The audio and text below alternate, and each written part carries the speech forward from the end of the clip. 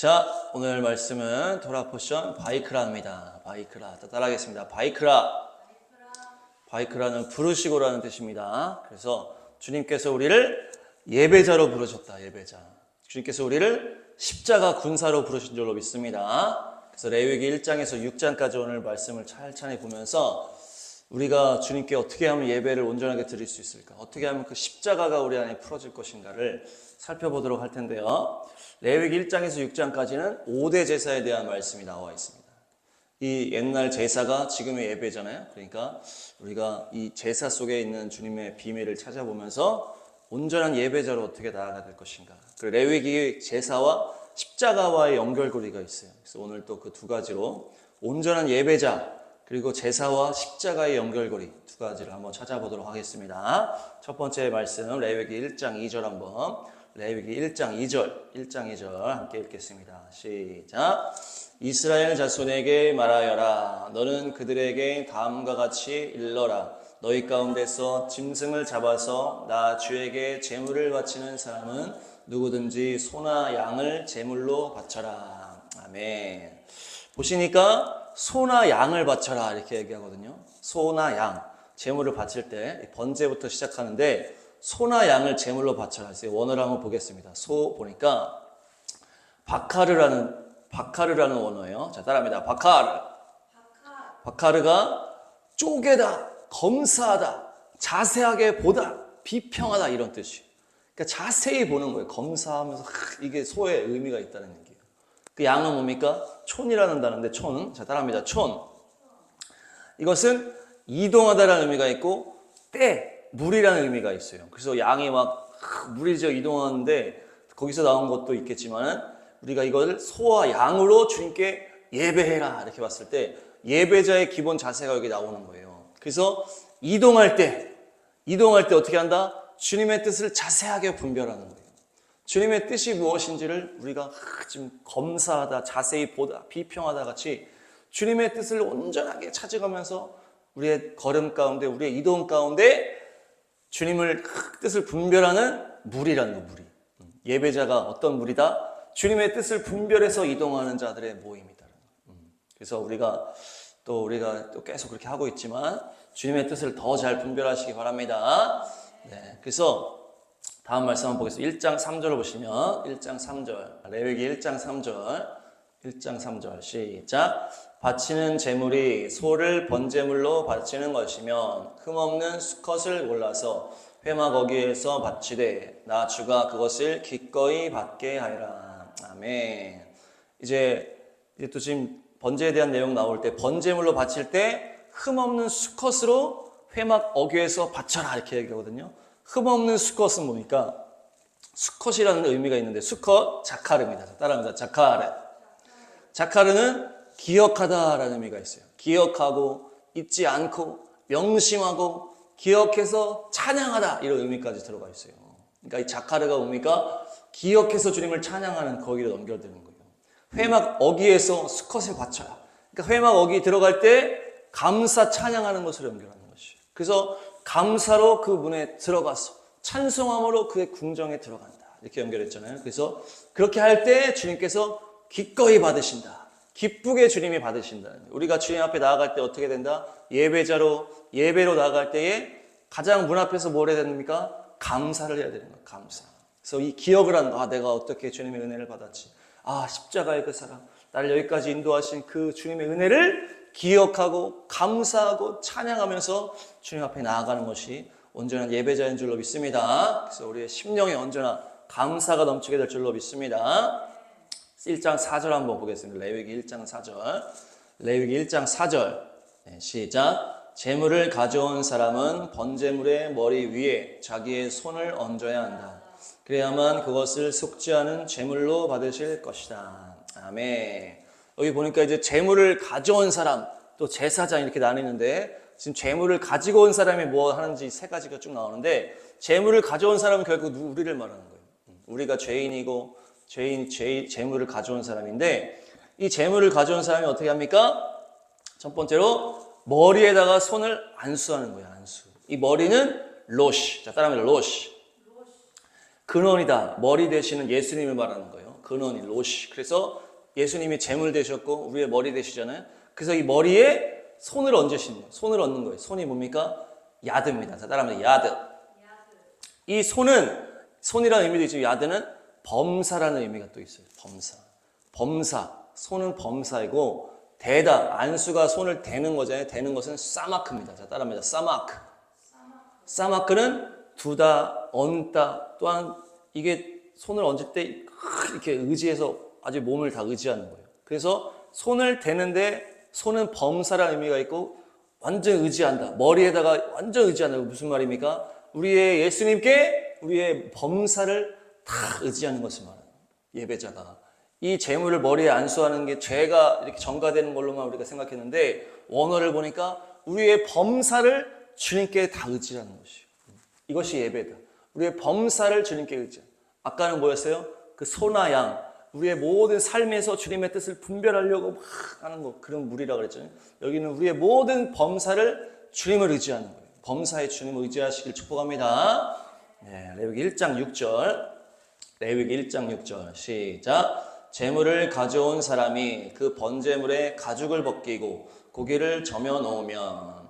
재물을 가져온 사람 지금 두 번째입니다. 이 죄인이 우리가 해야 되는 거예요. 이 우리가 그 가죽을 벗기고 고기를 저며 놓는다 이렇게 얘기하는 것이 이것이 또 십자가와 연결이 되는 것입니다. 가죽을 벗기다 이 단어가 파샤트입니다. 파샤트 따라합니다. 파샤트는 가죽을 벗기다라고 표현됐지만 원어에 보니까 옷을 벗기다라는 의미가 있어요. 옷을 벗기다.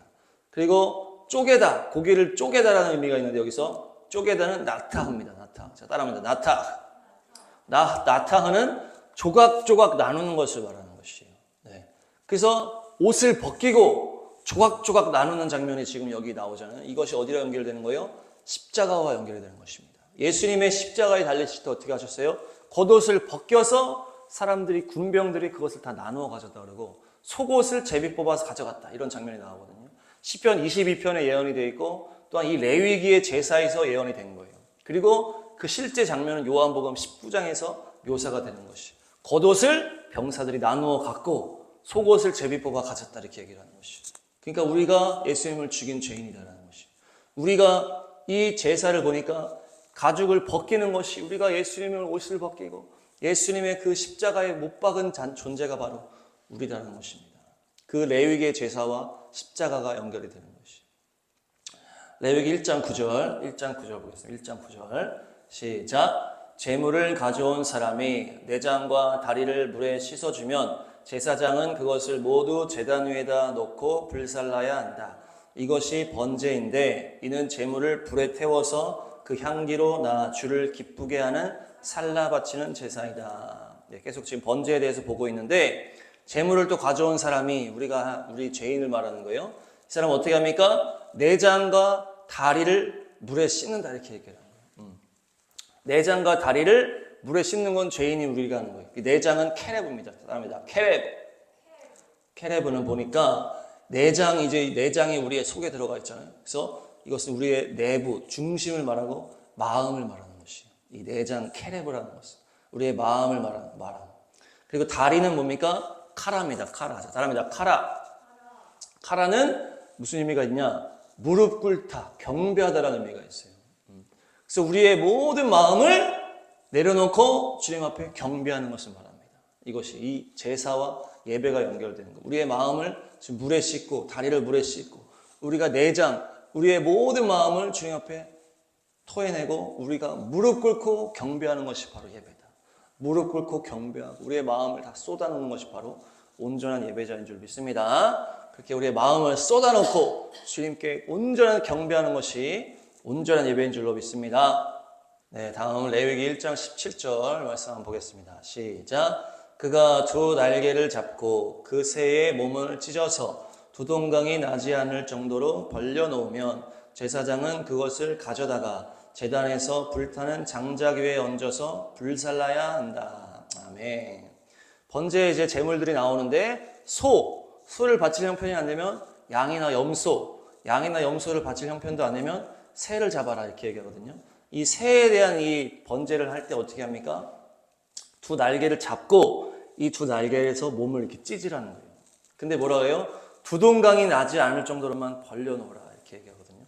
이것이 어디로 연결되는 거예요? 십자가의 예수님과 연결되는 것이에요. 십자가의 예수님. 그래서 장작 위에 얹어서 불에 태운다 이렇게 얘기를 하는데, 장작은 보니까 뭡니까? 에츠가 나무입니다. 자, 따라합니다. 에츠. 나무 위에 올리는 거예요. 그 예수님이 나무 위에 오르셨잖아요. 십자가 나무 위에 올라가셨고, 그 장작은 뭐예요? 불타는 나무잖아요. 장작이. 그래서 나무 위에 있는 불입니다. 불은 애쉬예요. 따라합니다. 애쉬. 불은 애쉬는 불이라는 의미도 있지만 하나님의 진노와 심판이라는 의미가 있는 거예요. 그러니까 지금 이 두 날개를 잡아다가 이 새의 몸을 찢어서 나무 위에 얹어서 불태우는 이 장면이 어디로 바로 연결된 거예요? 십자가로 연결된 거예요. 예수님이 두 팔이 완전히 벌어져서 못 박히시고 나무 위에 올라가셔서 하나님의 진노를 받으셨다.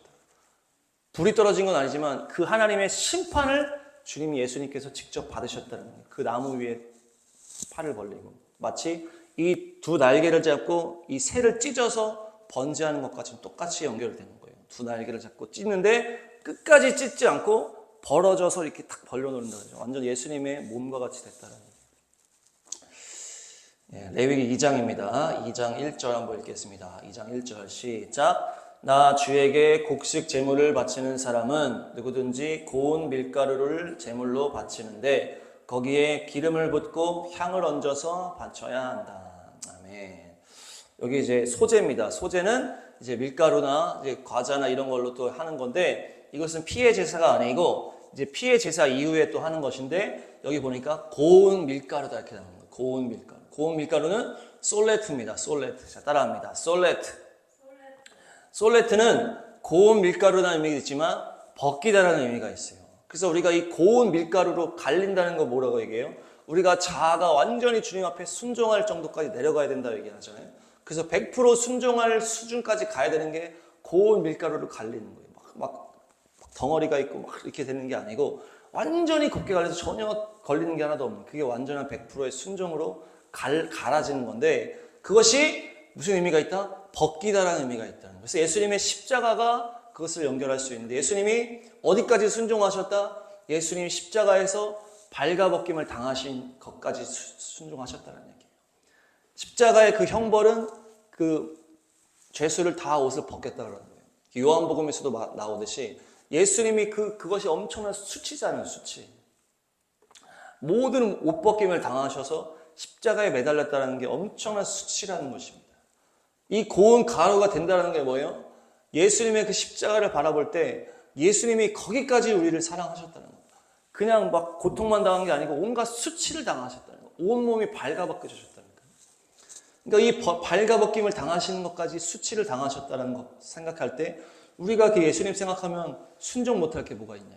예수님은 거기까지 가셨는데, 그 고운 밀가루라는 것을 우리가 생각할 때 예수님은 거기까지 가셨구나. 고운 밀가루는 옷을 완전히 벗김 당하는 거라는 게. 거기까지 우리가 예수님을 생각할 때 끝까지 순종할 수 있다는 것입니다. 예수님의 그 십자가를 바라보시면서 끝까지 순종하시기 바랍니다. 네, 그리고 거기에 기름과 향을 넣으라 그래요. 그 불태울 때 기름과 향을 같이 넣어요. 기름은 성령의 기름을 말하는 것이고, 향은 레보나라 그래서 레보나. 자, 따라합니다. 레보나. 레보나는 라반에서 나왔어요. 그래서 희게하다라는 거예요. 희게하다. 그래서 예수님의 피로 희게하잖아요. 그래서 우리가 막 피를 뿌려서 막 제단에 뿌리는 것처럼 예수님의 피를 우리가 뿌렸을 때 우리가 희게되잖아요. 그래서 주님께 예배할 때 어떻게 해야 된다? 성령으로 예배해야 된다. 그리고 예수님의 피로 희게해서 예배를 해야 된다. 우리의 어떤 인간적인 거, 우리의 교만함이나 세상적인 누룩으로 하는 게 아니고 거룩한 하나님의 영으로만 해야 된다는 얘기예요. 거룩하게 만든 예수님의 피로만 씻겨진 걸로만 예배해야 된다는 얘기예요. 그래서 꼭 이 고운 밀가루를 넣을 때 향을 넣고 기름을 넣으라는 거죠. 성령으로만 예배하시기 바랍니다. 예수님의 피로 씻어져서 거룩한 예배 되시길 바랍니다. 2장 11절, 레위기 2장 11절. 레위기 2장 11절 시작. 너희가 나 주에게 바치는 곡식 제물은 어떤 것이든지 누룩을 넣지 않은 것이어야 한다. 나 주에게 살라 바치는 제사에서 어떤 누룩이나 꿀을 불살라서는 안 되기 때문이다. 아멘. 지금 뭘 넣으라 그랬습니까? 기름을 넣고 향을 넣으라 그랬는데 뭐 넣지 마라? 누룩과 꿀은 넣지 마라. 이것이 예배자의 이제 이것으로 나와가는 거예요. 예배할 때 뭘 꼭 넣어야 된다고? 성령의 기름, 예수님의 피로 씻겨진 것이 꼭 들어가야 되는데 누룩과 꿀은 꼭 들어가면 안 돼요. 이 누룩은 뭘 말하냐? 원어를 보니까 하메츠 따라합니다. 하메츠는 강제로 빼앗다라는 것이 강제로 빼앗다. 난폭하게 행하다. 그러니까 이것은 뭘 말하는 거예요? 예배자리 날아올 때 억지로 오는 거예요. 억지로. 강제로 누구 때문에 오는 거예요. 강제로. 우리가 막 어린 애들은 막 그렇게 하기도 하지만은 주님 앞에 거룩한 예배자로 나갈 때 그렇게 하면 안 된다는 거예요. 누가 막 억지로 해가지고 너 여기 앉아 있어, 막 예배해 이렇게 해서는 안 된다. 우리가 안 그래도 아까 얘기했지만 그것이 누룩의 원어라는 거예요. 우리가 누룩에 막 가식적이고 외식하고 이런 것도 연결하지만 여기는 또 하메츠라고 했을 때 원어가 보다 강제로 빼앗는 거예요. 이거를 넣지 말라는 거예요. 하나님을 예배할 때 억지로 하지 말라는 거예요. 누가 막 어거지로 시켜서 하지 말라는 거예요. 꿀을 넣지 마라. 꿀은 뭡니까? 데바시요. 따라합니다. 데바시는 덩어리로 만들다라는 게 꿀이 완전히 덩어리잖아요. 그러니까 이것을 어떻게 연결할 수 있어요? 그냥 덩어리로 오는 거예요. 그냥. 내 개인의 마음으로 오는 게 아니고 덩어리로 그냥 오는 거. 막 다 같이 오니까 그냥 오고 막 친구 따라오고 막 이렇게 하면 안 된다. 주님의 앞에 거룩한 예배로 나가기 위해서 어떻게 된다? 누룩, 억지로 막 강제로 오는 게 아니고 막 그냥 덩어리로 그냥 오니까 오고 그냥 다 같이 가자 막 이렇게 오는 게 아니에요. 이렇게 하면 거룩한 예배가 될 수 없다. 그걸 넣지 말라는 얘기예요.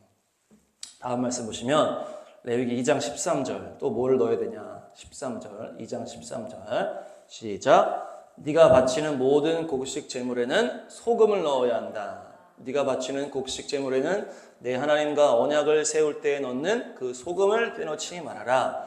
네가 바치는 모든 제물에는 소금을 넣도록 하여라. 아멘.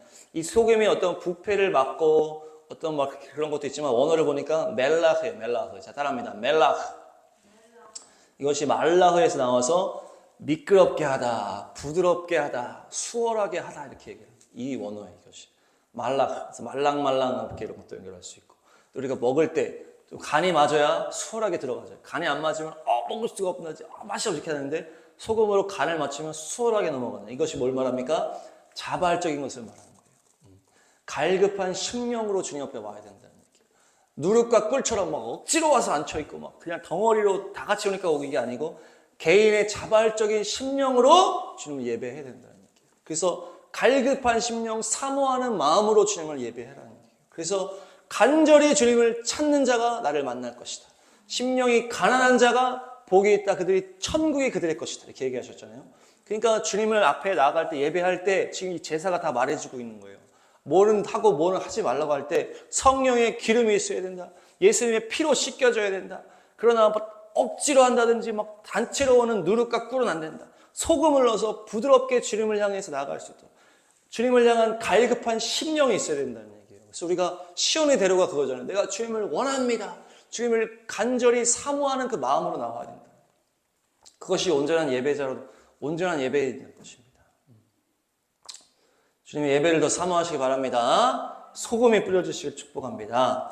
레위기 3장 3절 보겠습니다. 레위기 3장 3절 시작. 제물을 가져온 사람은 화목제물 가운데서 내장 전체를 덮고 있는 기름기와 내장 각 부분에 붙어있는 모든 기름기와 아멘. 네, 이제 여기 화목제로 넘어가세요. 화목제. 처음에 번제, 그리고 소제, 밀가루로 하는 소제, 세 번째까지 화목제. 화목제는 뭡니까? 화목제는 제물을 드릴 때 기름기만 태운다는, 기름기만 태우는. 고기를 다 태우는 게 아니야. 기름기만 태우고 고기는 나눠 먹는 게 화목제예요. 그래서 이 화목제를 해서 하면은 화목해진다 이렇게 얘기를 했잖아요. 다 같이 나눠 먹으니까. 근데 이것이 뭘로 연결되는 거예요? 성찬으로 연결돼요. 성찬. 주님께서 우리를 위해서 죽으시고 우리한테 뭐라고 했어요? 먹어라 그랬잖아요. 나를 먹어라.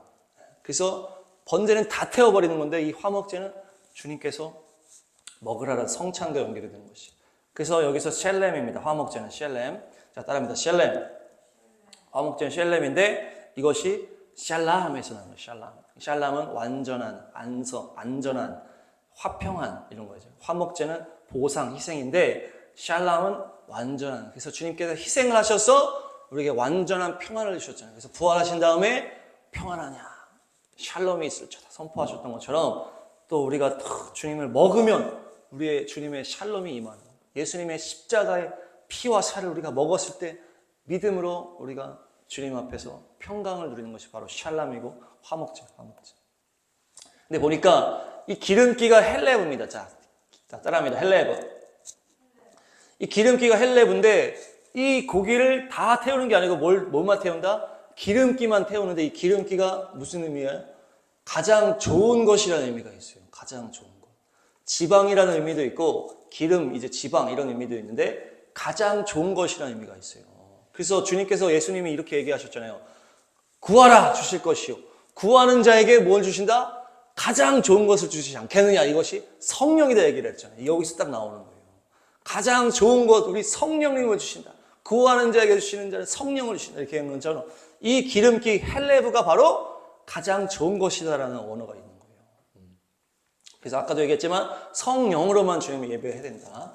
그리고 내장, 케레브인데 케레브가 아까도 얘기했지만 우리의 중심, 창자, 마음을 주님 앞에 쏟아놓는 거예요. 그래서 그 내장에 덮인 기름, 내장에 덮인 기름이라고 표현했어요. 우리 안에 있는 마음에 죄악이 있는데 거기에 주님의 성령님이 덮여 있잖아요. 우리가 예수님 믿지만은 성령으로 우리가 주님께서 우리를 붙들어 주시기 때문에 우리가 믿음으로 가는 거 아니에요. 그러니까 이제 우리 안에 있는 죄악을 성령님이 다 덮고 계신 거예요. 덮어. 근데 그것으로 성령으로만 예배하는 거예요. 성령으로만. 우리의 죄악이 튀어나오지 않게. 거기서 기름을 떼서 기름으로만 예배해라. 기름으로만. 거룩한 영으로만 예배해라. 우리의 어떠한 죄악으로 나오지 않게 하고 그분의 기름기, 그분의 가장 좋은 성령으로만 예배하라는 것이. 주님으로만 예배하시기 바랍니다. 네. 3장 4절 시작. 두 콩팥과 거기에 덮여있는 허리깨의 기름기와 콩팥을 떼어낼 때에 함께 떼어낸 간을 덮고 있는 껍질을 나 주에게 살라 바치는 제물로 가져야 한다. 아멘. 아까는 지금 내장에 덮인 기름을 하면 되라. 이건 또 뭐예요? 두 콩팥을 드려요. 콩팥.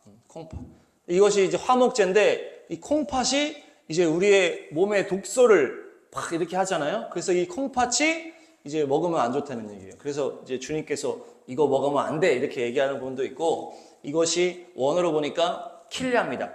따라합니다. 킬랴. 콩팥은 킬랴인데 심장을 말하기도 하지만 우리의 마음과 영혼을 말하는 거예요. 그리고 우리 양심을 말하고 심장을 말하는데 우리의 마음을 주님께 드리라는 얘기죠. 콩팥을 태우라는 것이 우리의 마음과 우리 영혼을 다해서 주님을 예배해라는 것이요. 그리고 허리깨에 붙은 기름이다 이렇게 하거든요. 허리깨는 캐셀입니다. 캐셀. 따라합니다. 캐셀은 이제 소망이라는 의미도 있지만 어리석음이라는 의미가 있어요. 어리석음. 우리가 막 뭔가를 소망하지만 우리 인간의 본성으로 소망하는 건 얼마나 헛된 소망입니까? 어리석고 우둔한이라는 의미가 있는 거예요. 이 캐셀에. 거기에도 뭐가 붙어 있는 거예요? 지금 성령님이 붙어 있어요. 그 내장, 우리 안에 있는 그 내장에도 성령님이 붙어 있다고 했잖아요. 그 기름기. 그걸 떼서 주님을 예배하라고 했잖아요. 여기 허리깨에도 붙어 있는 성령. 그러니까 뭡니까? 우리의 헛된 소망을 주님이 붙들고 계신 거예요. 성령께서. 우리가 계속 헛된 소망을 갖는 거예요. 저도 막 자꾸 헛된 소망을 막 하려고. 주님이 성령으로 우리를 붙잡아 주시는데 그것으로 예배하라. 성령으로만 예배해라는 거예요. 우리 헛된 소망으로 예배하지 않고 성령으로만 예배해라. 성령. 또 뭡니까? 간에 붙어있는 껍질을 예배해라. 간에 붙어있는, 간은 카베드입니다. 따라합니다. 카베드는 카바드에서 나왔는데 이것이 무거운 어떤 그 영광으로도 연결되지만 안 좋게 해석이 되면 골치 아프다, 나태하다, 번거롭다 이렇게도 해석이 돼요. 이 간. 그래서 골치 아프고 나태하고 번거로운, 우리가 어때요? 간이 이제 어떤 그런 것을 말한다는 거예요. 그래서 우리가 간이 안 좋아질 때 우리가 막 나태하게 살고 막 이렇게 막 술 많이 먹으면 간이 안 좋아지는데 이 간에 덮여 있는 것으로 예배를 해라. 그러니까 주님께서 또 뭘 붙들고 있는 거예요? 우리의 나태함을 주님이 또 붙들고 계신 거예요. 나태하지 않도록 주님께서 우리를 붙들어주고 계신 그 성령께서 우리 속에서 지금 이 안에서 이거를 다 분리하는 작업이 지금 제단에서 일어나고 있는 거예요. 우리 내장에 있고 우리 허리깨에 있고 간에 붙어있는 이것들이 언어로 보니까 다 안 좋은 거라니까. 어리석고 나태하고 이런 것들을 성령이 우리 안에서 다 붙들고 있는 거예요. 성령이 우리 안에서. 우리가 성령 받은 다음에. 근데 우리가 예배할 때 어떻게 해야 된다? 딱 뜯어내서 성령으로만 예배해야 된다. 성령으로만 예배. 레위기 3장 17절. 자, 시작. 이것은 너희가 어느 곳에서 살든지 대대로 영원히 지켜야 할 규례이다. 너희는 어떤 기름기도 어떤 피도 먹어서는 안 된다. 아멘. 먹어서는 안 된다라고 얘기할 때 뭡니까? 기름은 먹고 피를 먹으면 안 된다 이렇게 얘기를 해요. 기름은 아까 계속 얘기했지만 성령의 기름 부음을 얘기하고 피는 뭡니까? 예수님의 보혈을 얘기하잖아요. 그래서 보혈이 담입니다. 자, 담. 자, 따라합니다. 담은 담아함에서 나왔어요. 담아함은 뭐다? 침묵하다, 멈추다, 조용하다라는 뜻이고 또 반대로 하면 중단시키다, 조용하게 하다 이렇게 하는 거예요. 그러니까 예수님의 보혈이 뭘 하는 거예요? 죄의 역사를 침묵시키는 거예요. 보혈, 담함 이게 어디서 나왔다? 보혈이 죄를 멈추게 하는 거예요. 죄를 사단이 귀신을 침묵하게 하는 거예요. 그 보혈의 능력이라는 거예요. 그래서 우리가 죄를 보혈로 씻을 때 어떻게 하는 거예요? 내 죄가 중단되는 거예요. 이 담함이라는 원어에 들어가 있다. 귀신의 공격을 멈추게 하고 세상의 풍랑을 잠잠케 하는 거예요. 조용히 해! 이렇게 하잖아요. 주님이. 그게 보혈의 능력이라는 거예요. 그래서 우리 안에 있는 죄악이 막 난리가 나고 막 귀신이 난리가 나고 세상에 죄악이 난리가 날 때 보혈을 선포하는 거 뭡니까? 조용히 해! 이런 거예요. 침묵해! 중단시키는 거였다. 지금 보혈에 선포할 때. 이 보혈 담함이 그런 의미가 있다는 얘기예요. 그리고 뭡니까? 먹지 말라 했을 때 먹는 건 악할이야, 악할. 그래서 먹는다는 건 뭐예요? 소멸된다는 거. 먹어 치우잖아요. 먹어 없어져. 그러니까 성령의 기름 부음, 예수님의 보혈을 먹으면 어떻게 되는 거? 없어지잖아. 없어져. 소멸하지 말라는 얘기예요. 성령을 소멸하지 말고 보혈이 없게 하지 말라는 거예요. 먹어 치우다. 이제 먹어버리다. 악할이 먹어 치우다. 소멸되다 이런 의미가 있어요. 그래서 성령을 소멸하지 않고 예수님의 보혈이 언제나 있게 하라는 얘기예요. 예배 가운데. 우리의 삶 가운데. 그래서 보혈로 우리의 죄악과 모든 사단의 공격을 잠잠케 하고 성령의 기름 부음으로 우리를 거룩하게 이끌어갈 수 있도록 우리가 소멸하지 말라. 그것이 이렇게 연결된 어떤 기름기도 피도 먹지 말아라. 이것이 원어로 보니까 그렇게 해석이 된다는 얘기예요. 할렐루야. 4장 7절 레위기 4장 7절 레위기 4장 7절 시작. 제사장은 또 그 피의 얼마를 회막안 주 앞에 있는 분향단 뿔에 돌아가면서 두루 바르고 나머지 수송아지의 피는 모두 회막 어귀에 있는 번제단 밑바닥에 쏟아야 한다. 네, 이것이 속죄제에 대한 얘기입니다. 속죄제.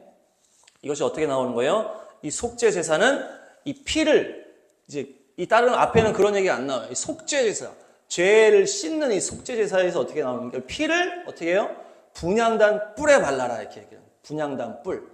분향단은 뭐냐? 이 지성소가 있고 성소가 있잖아요. 성소에 떡상이 있고 등대가 있고 분향단이 3개가 있어요.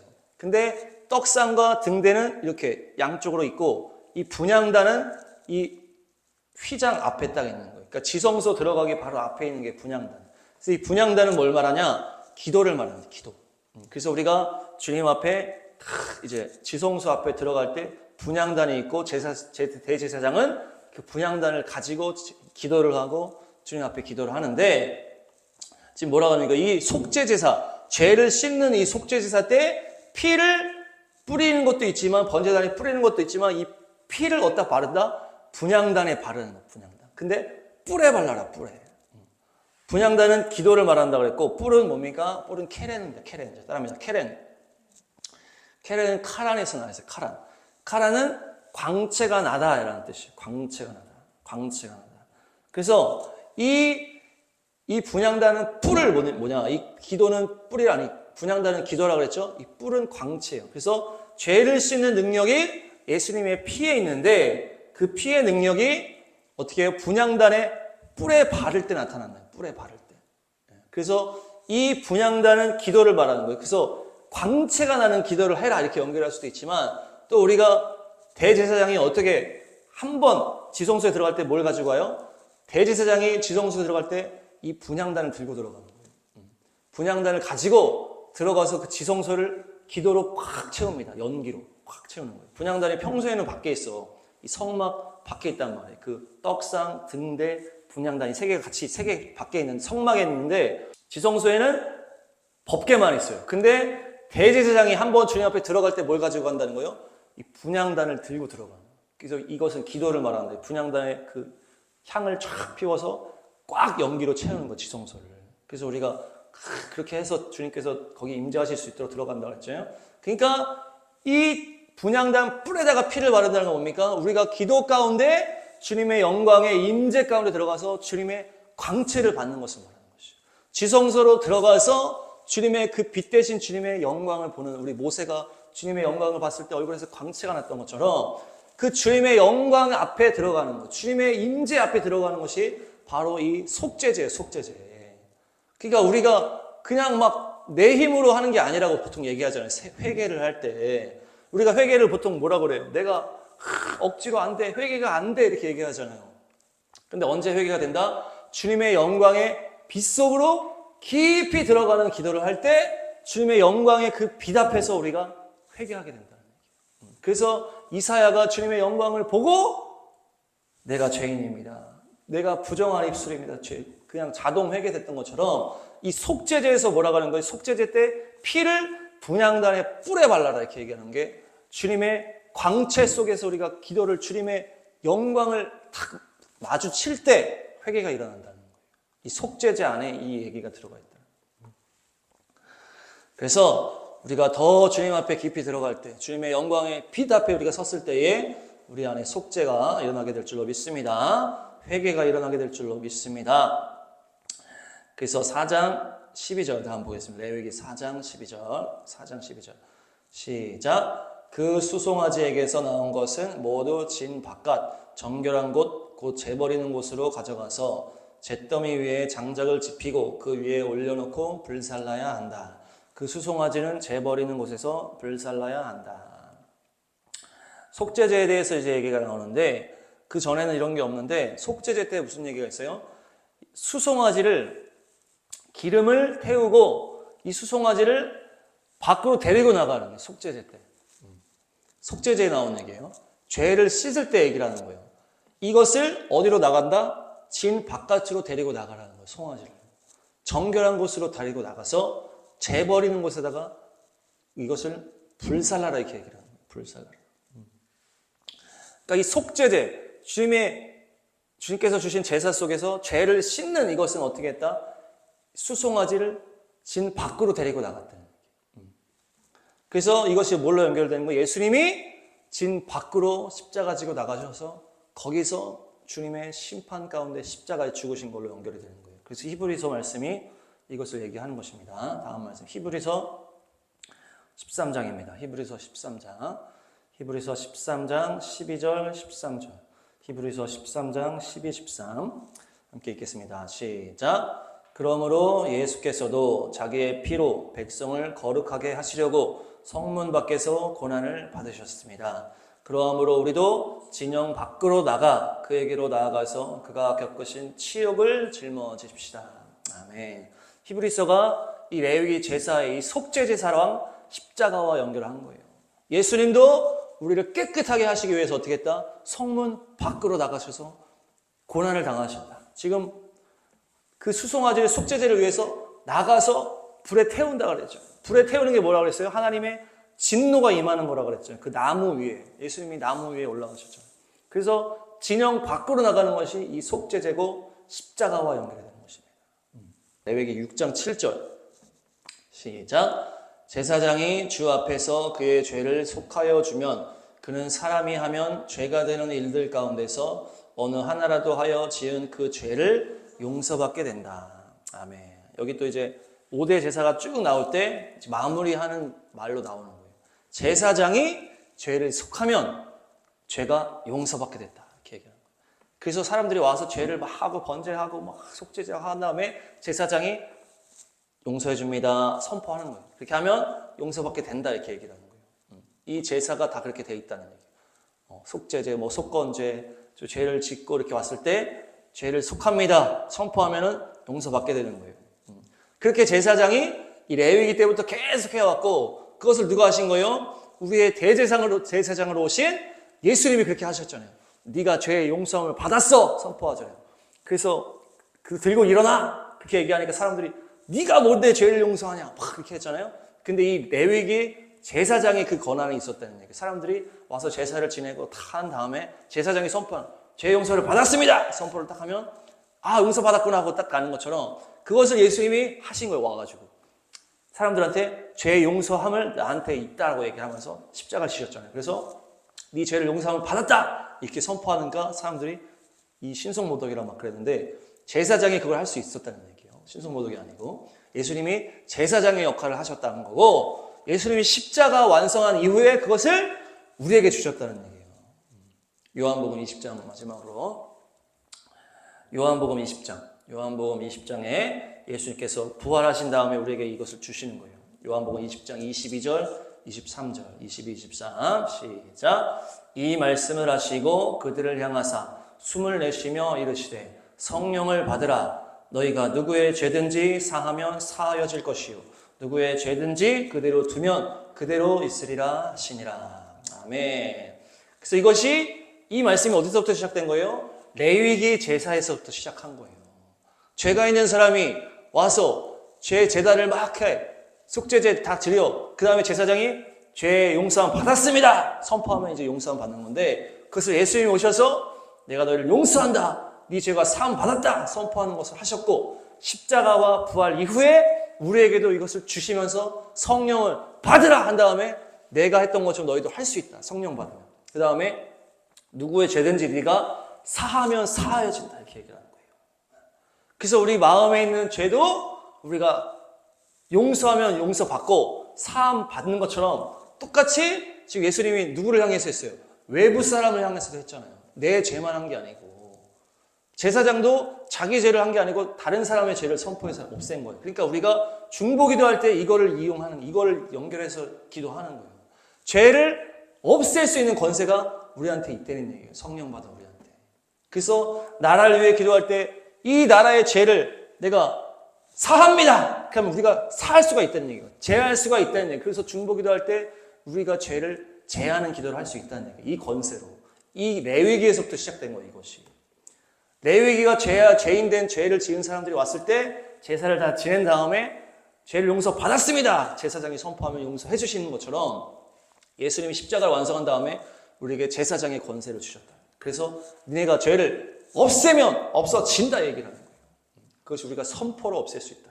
그래서 중보하고 기도해서 우리의 주변 사람들, 우리 안에 있는 건 물론이거니요. 우리 가족들, 또 우리 열방 가운데, 우리 어떤 북녘 땅 가운데 그 죄악을 우리가 기도로 선포로 없앨 수 있다는 얘기입니다. 이것이 이 제사 안에 있는 레위기 안에 있는 다 들어가 있다는 얘기예요.